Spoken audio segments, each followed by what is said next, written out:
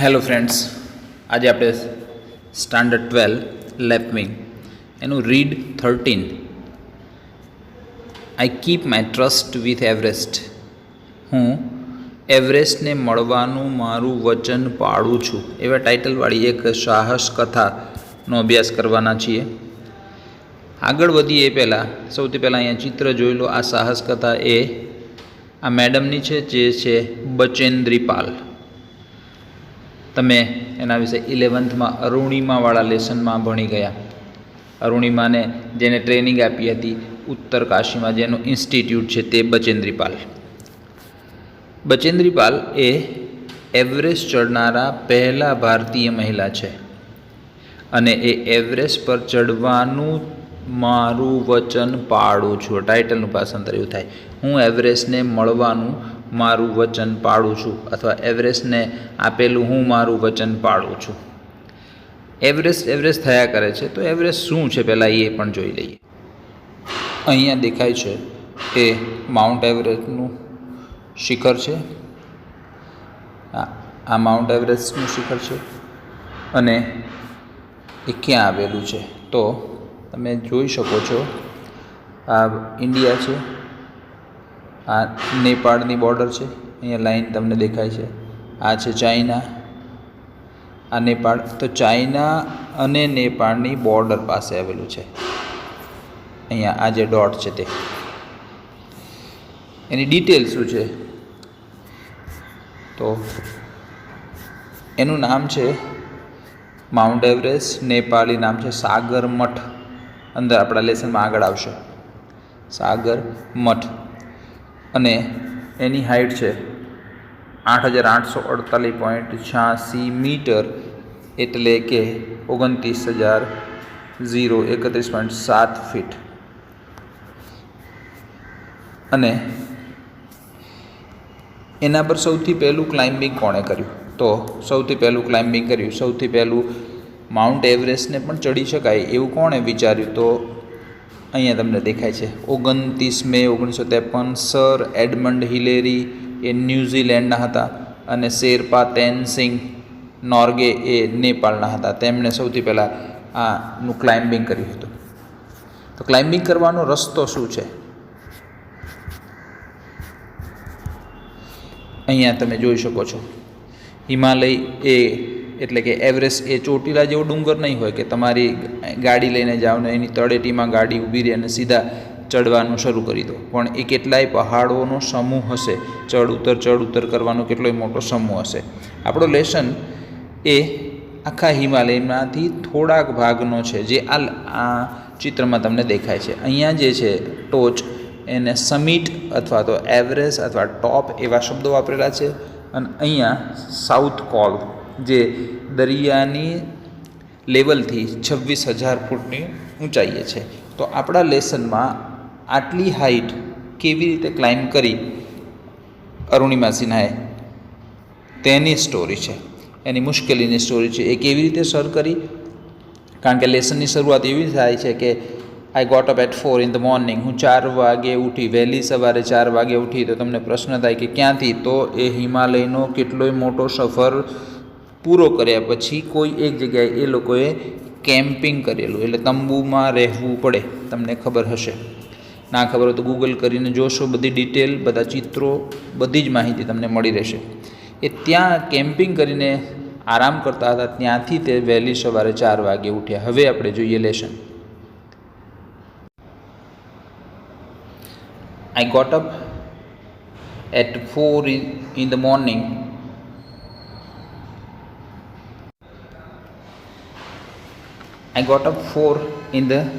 હું સવારે 4 વાગે ઉઠી. આ લેસન તમારા માટે ઇમ્પોર્ટન્ટ એ છે કે આમાંથી સમરી રાઇટિંગ પૂછાશે. મેલ્ટેડ સ્નો, મેલ્ટ એટલે ઓગાળ્યો, સ્નો એટલે બરફ. સવારે 4 વાગે ઉઠી, બરફ ઓગાળ્યો. And બ્ર્યુડ T. બ્ર્યુ એટલે ઉકાળીને બનાવવું.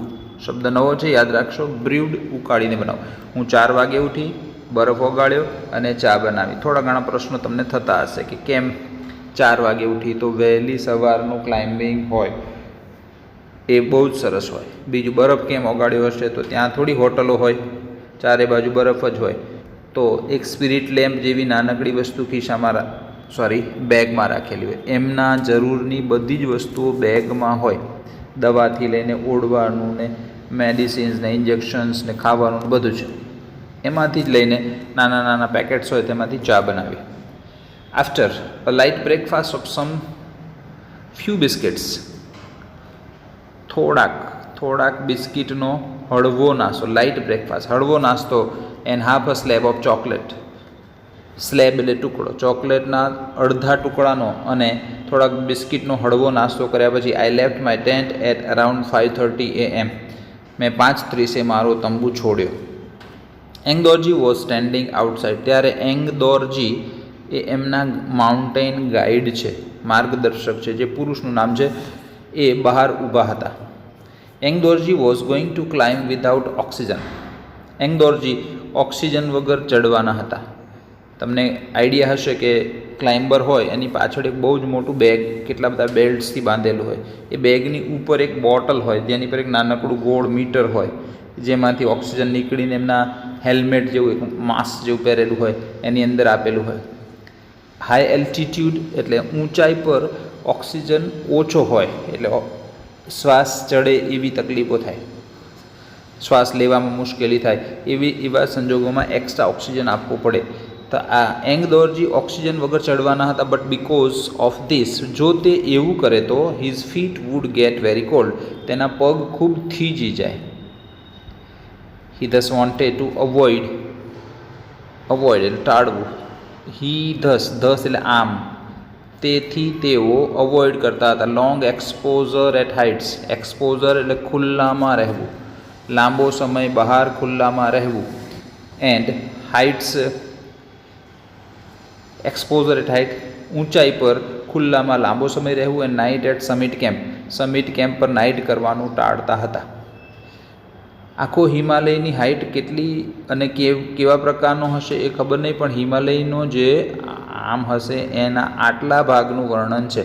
અહીંયા સાઉથ કોલથી શરૂ કરીને વચ્ચેના 1-2 સ્ટેશન કરવાને બદલે ઓક્સિજન વગર ચડવાના હતા. એટલે સાઉથ અહીંયા લખ્યું છે તેમ હાઇટ્સ પર લાંબો સમય બહાર રહેવાનું અને સમિટ કેમ્પ પર, ક્યાંક સમિટ કેમ્પ પર નાઇટ કરવાનું ટાળતા હતા, કારણ કે એક રાત વધારે ઓક્સિજન વગર રહેવું પડે.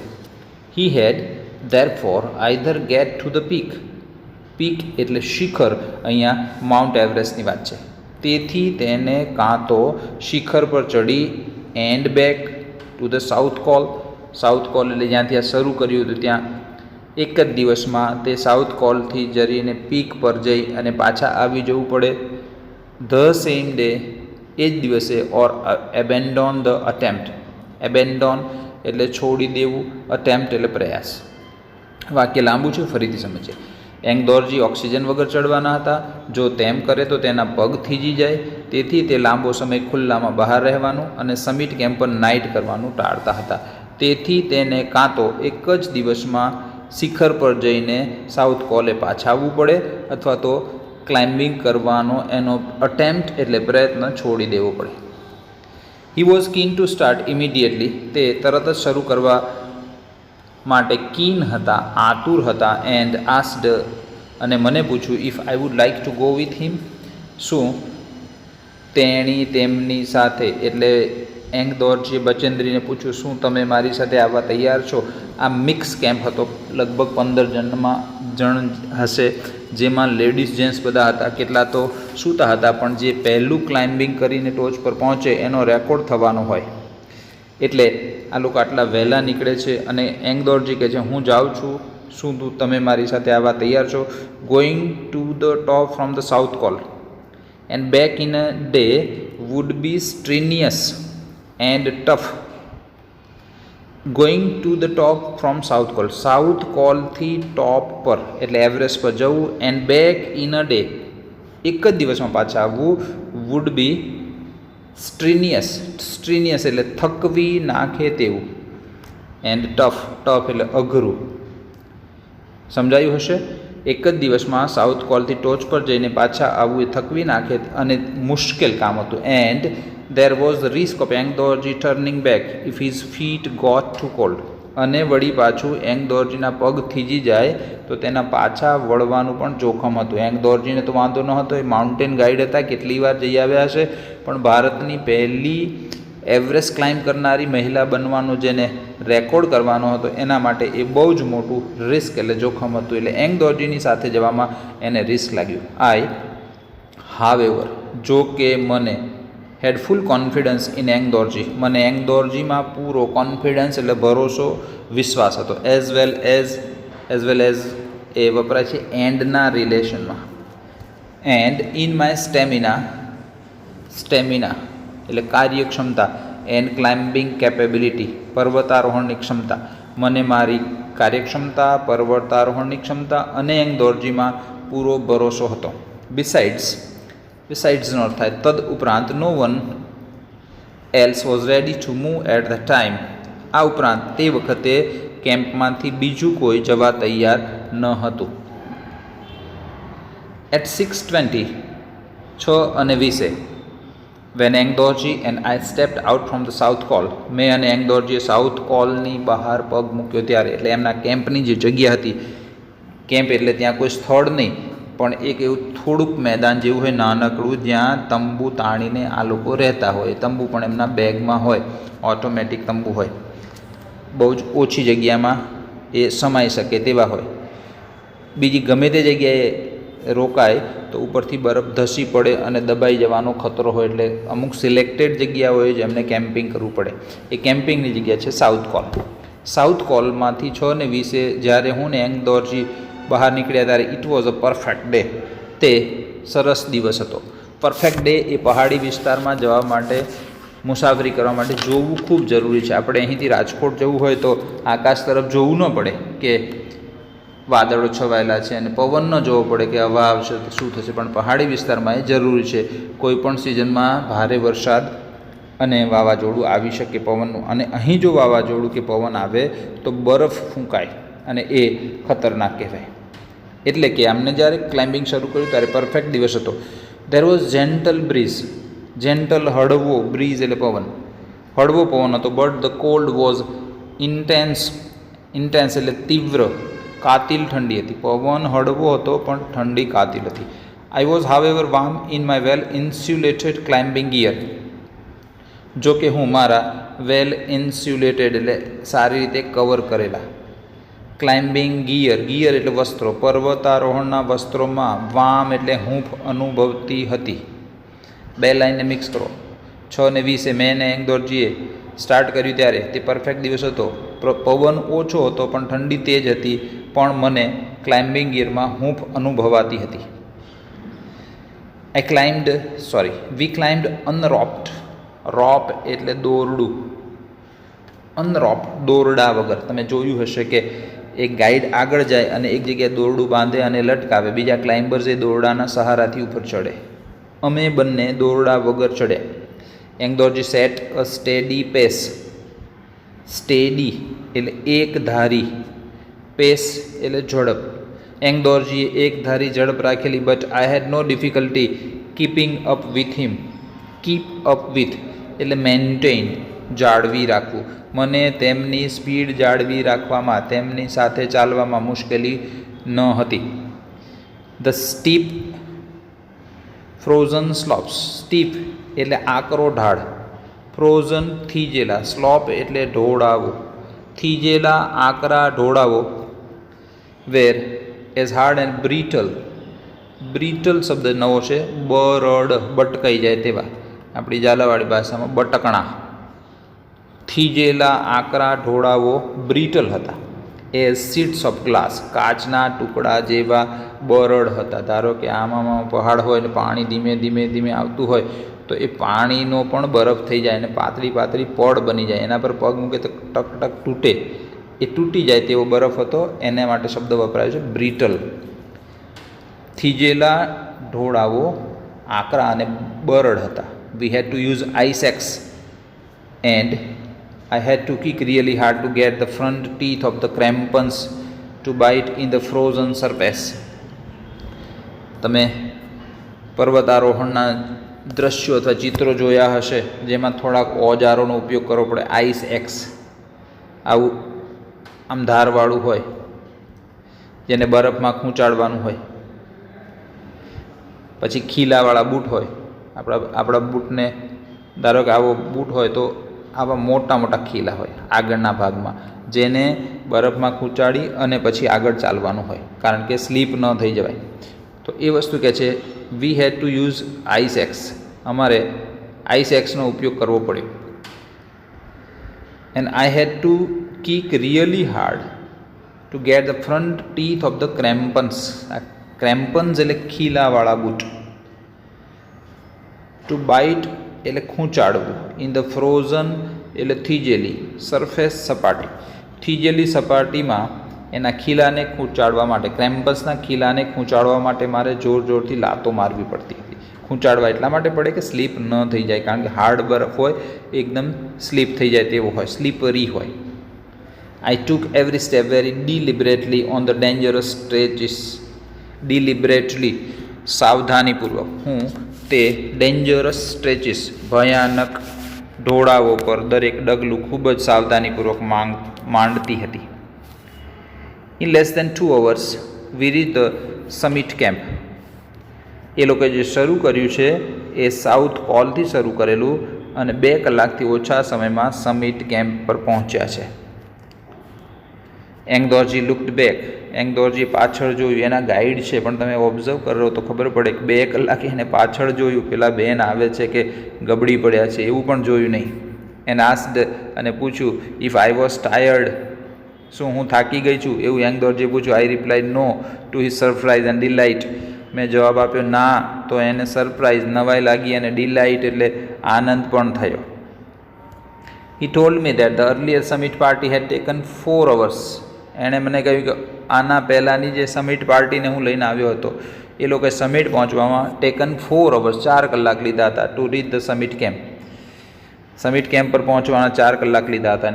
એન્ડ એડેડ ધેટ, અને ઉમેર્યું કે if we could keep our present pace, જો આપણે હાલની ઝડપ રાખીએ તો, પેસ એટલે ઝડપ, તો we would be on the summit by 1 PM.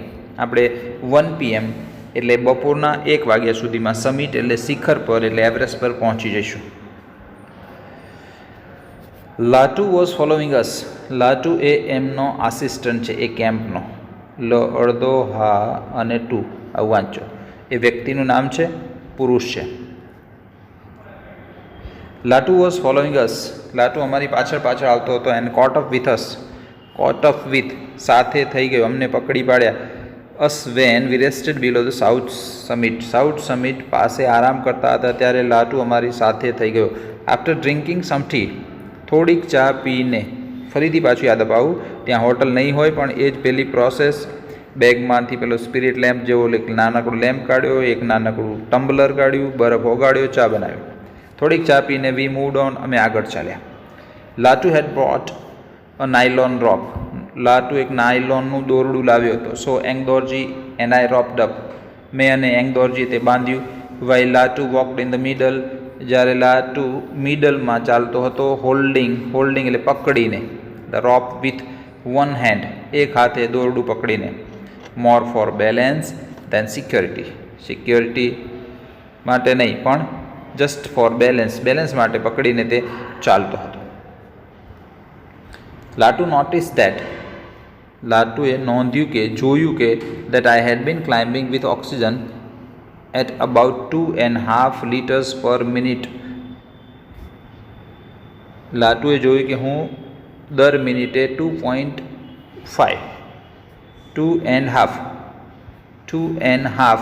પ્રેશરથી હું ચડી રહી છું. તમે બેગની ઉપર, આપણે વાત થઈ ક્લાઇમ્બર્સ જે હોય એના બેગની ઉપર એક ઓક્સિજનની બોટલ હોય, એના પર એક મીટર હોય, મીટર બતાવતું હતું 2.5 against normal 4 for this heights.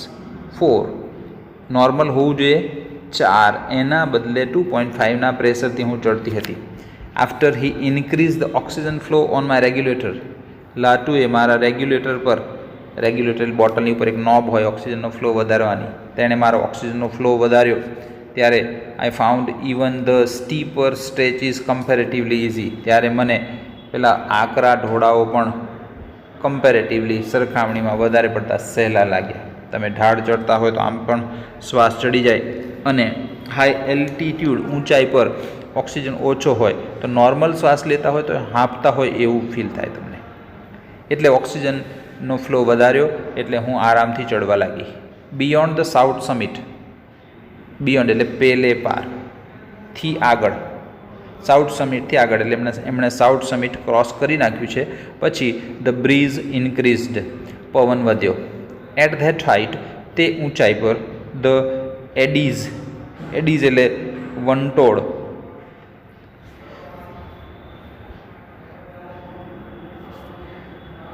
Of strong wind, ભારે પવનનો વંટોળિયો વીપ ફૂંકાતો હતો પાવડર સ્નો, અને તે બરફીલા પાવડરને ઉડાડતો હતો. આપણે અહીંયા વંટોળ ફૂંકાય, હવાનું તોફાન આવે તો ધૂળ ઉડે ને, તો હિમાલયમાં બરફનો પાવડર જેવો બરફ ઉડે. રિડ્યુસિંગ વિઝિબિલિટી ટુ નીલ, રિડ્યુસ એટલે ઘટાડવું, વિઝિબિલિટી એટલે જોવાની ક્ષમતા, નીલ એટલે ઓછું, ઘટાડી દેવું. તો પેલો પાવડર સ્નો ઉડતો હતો તેથી દૂરનું જોઈ શકાતું ન હતું.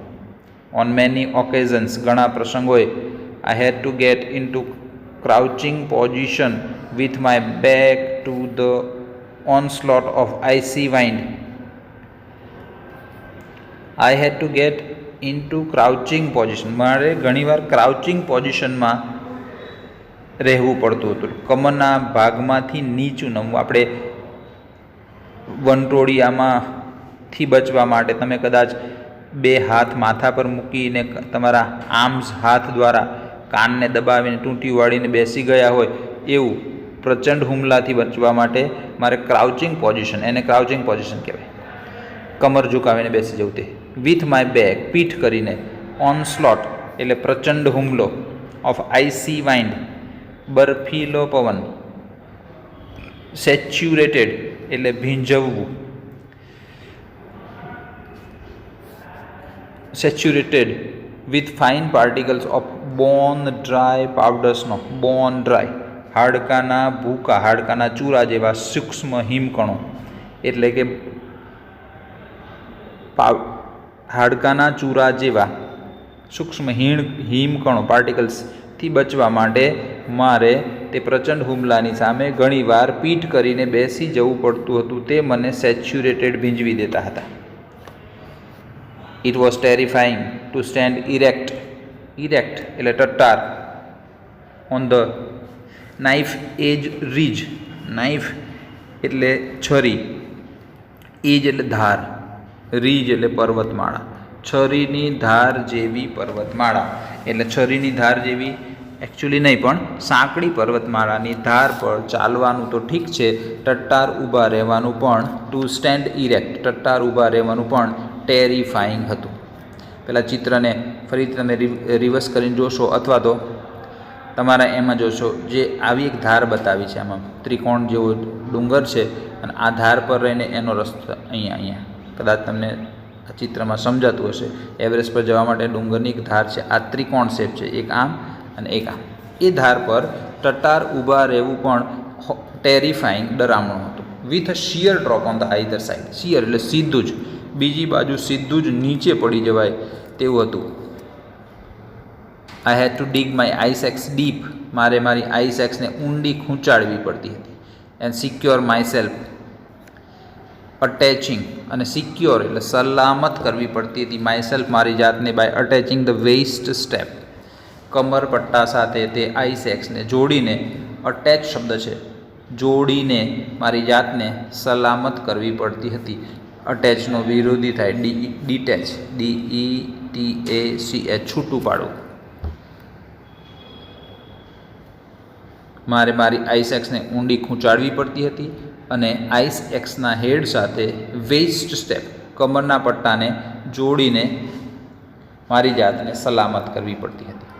There was some tricky climbing between, tricky એટલે મુશ્કેલ, there was some tricky climbing between South Summit and what is popularly known as Hillary's Step.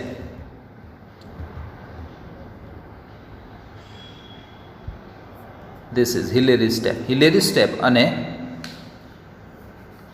South સમિટની વચ્ચે થોડુંક ટ્રિકી એટલે કે મુશ્કેલ, ડરામણું અથવા તો છેતરામણું ક્લાઇમ્બિંગ હતું. Angdorjee and Latu were already over it. Angdorjee અને લાટુ ઓલરેડી ત્યાં પહોંચી ગયા. But I was still negotiating its vertical face. Still એટલે હજુ પણ, નેગોશિએટ એટલે વિચાર કરવો. હું હજુ પણ વિચાર કરતી હતી. ઇટ્સ વર્ટિકલ એટલે સીધું, એનું સીધું ચઢાણ જોઈને હું હજુ પણ વિચાર કરતી હતી. વેન એંગદોરજી જેસ્ટિક્યુલેટેડ. તમારા માટે નવો શબ્દ છે જેસ્ટિક્યુલેટેડ, એટલે હાથ હલાવી ઇશારો કરવો, બોલ્યા વગર ચેષ્ટા કરવી, અને જેસ્ટિક્યુલેટેડ કહેવાય. બોલવું નહીં, હાથ હલાવીને ઇશારો કરો. Towards the top. એંગદોરજીએ ટોપ એટલે ટોચ તરફ ઇશારો કર્યો. ફરીથી જુઓ, હિલેરી સ્ટેપ અને સાઉથ સમિટની વચ્ચે થોડુંક મુશ્કેલ ચઢાણ છે. એંગદોરજી અને લાટુ ત્યાં પહોંચી ગયા. હું હજુ પણ તેના સીધા ચઢાણને જોઈને વિચાર કરતી હતી. ત્યારે એંગદોરજીએ ટોચ તરફ ઇશારો કર્યો. આઈ વોઝ થ્રિલ્ડ એટલે રોમાંચિત. હું રોમાંચિત થઈ ગઈ. The goal was near. Goal એટલે ધ્યેય હવે નજીક હતો. વિથ રિન્યુડ વિઝિયર. રિન્યુ નવીન, વિઝિયર એટલે જુસ્સો, નવા જુસ્સા સાથે. I was on the top of the step with seconds. હું થોડીક જ સેકન્ડોમાં હિલેરીઝ ટોપ પર પહોંચી ગઈ. The sun had made the snow soft. એના પછી થોડોક સૂર્યપ્રકાશ દેખાયો. એ સૂર્યએ બરફને સોફ્ટ એટલે સુંવાળો બનાવ્યો હતો. And climbing was easier here than it had been earlier. હવેનું ક્લાઇમ્બિંગ, ચઢાણ, પર્વતારોહણ એ પહેલાં કરતાં સહેલું હતું. વી ટ્રડ્સ એટલે બરફમાં અથવા રેતીમાં ચાલવું, જેના માટે શબ્દ ખૂંદવું એવો છે, મુશ્કેલીથી ચાલવું. We trudged in heavy powder snow for some time. અમે પેલા બરફીલા પાવડરમાં થોડોક સમય મુશ્કેલીથી ચાલ્યા. દેન ધ ગ્રેડિયન્ટ્સ એટલે ઢોળાવ, સ્લોપ્સ સ્ટાર્ટેડ ઇઝિંગ ઓફ નોટિસેબલી. અને પછી દેખીતી રીતે ઢોળાવો ઓછા થતા ગયા. A few step. ઢોળાવો ઓછા થતા ગયા એટલે કે હવે ટોચની બિલકુલ નજીક છે. આમ ધારો કે હોય આ એવરેસ્ટ, આટલે પહોંચી જાય તો એનાથી નીચેનું તો કંઈ હોય જ નહીં. ઢોળાવો ઓછા થતા ગયા. A few step later. થોડાક ડગલા પછી આઈ સો ધેટ. મેં જોયું કે after only a couple of metres. થોડાક મીટર પછી there was no upward climb. આટલે પહોંચી ગયા છે, હવે જોયું તો હવે અપવર્ડ ક્લાઇમ્બ, ઉપર ચડવાનું નથી, થોડુંક જ છે. The slope plunged down steeply down. ઢોળાવો હવે નીચેની તરફ જતા હતા, ઢાળ નીચેની તરફના હતા. My heart stood still. મારું હૃદય થંભી ગયું. ઇટ ડોન એટલે સડન રિયલાઇઝેશન, અચાનક સભાનતા આવી. On me that success was within the reach. 4-5 ડગલા બાકી છે એવરેસ્ટની ટોચ પર ચડવાનું, અને અચાનક મને સભાનતા થઈ કે આ 5 ડગલા પછી હું ભારતની પહેલી મહિલા બનીશ જે એવરેસ્ટ પર ચડી હોય, એવું સડન રિયલાઇઝેશન થયું. That success was within the reach. Reach એટલે પહોંચ. સફળતા હવે પહોંચમાં છે, હાથ વેંતમાં છે, નજીક છે. એન્ડ એટ 1:07 PM 1:07 દિવસના on 23rd May 1984 I stood on the top of Everest. હું એવરેસ્ટની ટોપ પર ઊભી હતી. The first woman to have done so. આવું કરનારી પહેલી ભારતીય મહિલા તરીકે હું એવરેસ્ટની ટોચ પર ઊભી હતી. મિત્રો, બચેન્દ્રી પાલનું તમે બેકગ્રાઉન્ડ જુઓ તો બહુ ગરીબ ઘરના હતા. આજે ટાટા એડવેન્ચર ક્લબના પ્રેસિડેન્ટ છે અને રેસ્ક્યુ મિશન્સ પણ ઉત્તરાખંડમાં ચલાવે છે, જે પૂરગ્રસ્ત લોકોની મદદ માટે. અને એડવેન્ચર ક્લબ એ ઘણા લોકોને મદદ કરે છે. વાત એમ છે કે તમે ગમે તે ફિલ્ડના હોય પણ તમારું ડિઝાયર સ્ટ્રોંગ હોય તો તમે એની એ જગ્યાએ ન રહેતા તમે સફળતાના શિખરો સર કરી શકો છો. That's it friends. નેક્સ્ટ વિડીયોમાં ફરીથી મળીશું. ત્યાં સુધી good bye. Take care of your self. જય હિન્દ, જય ભારત.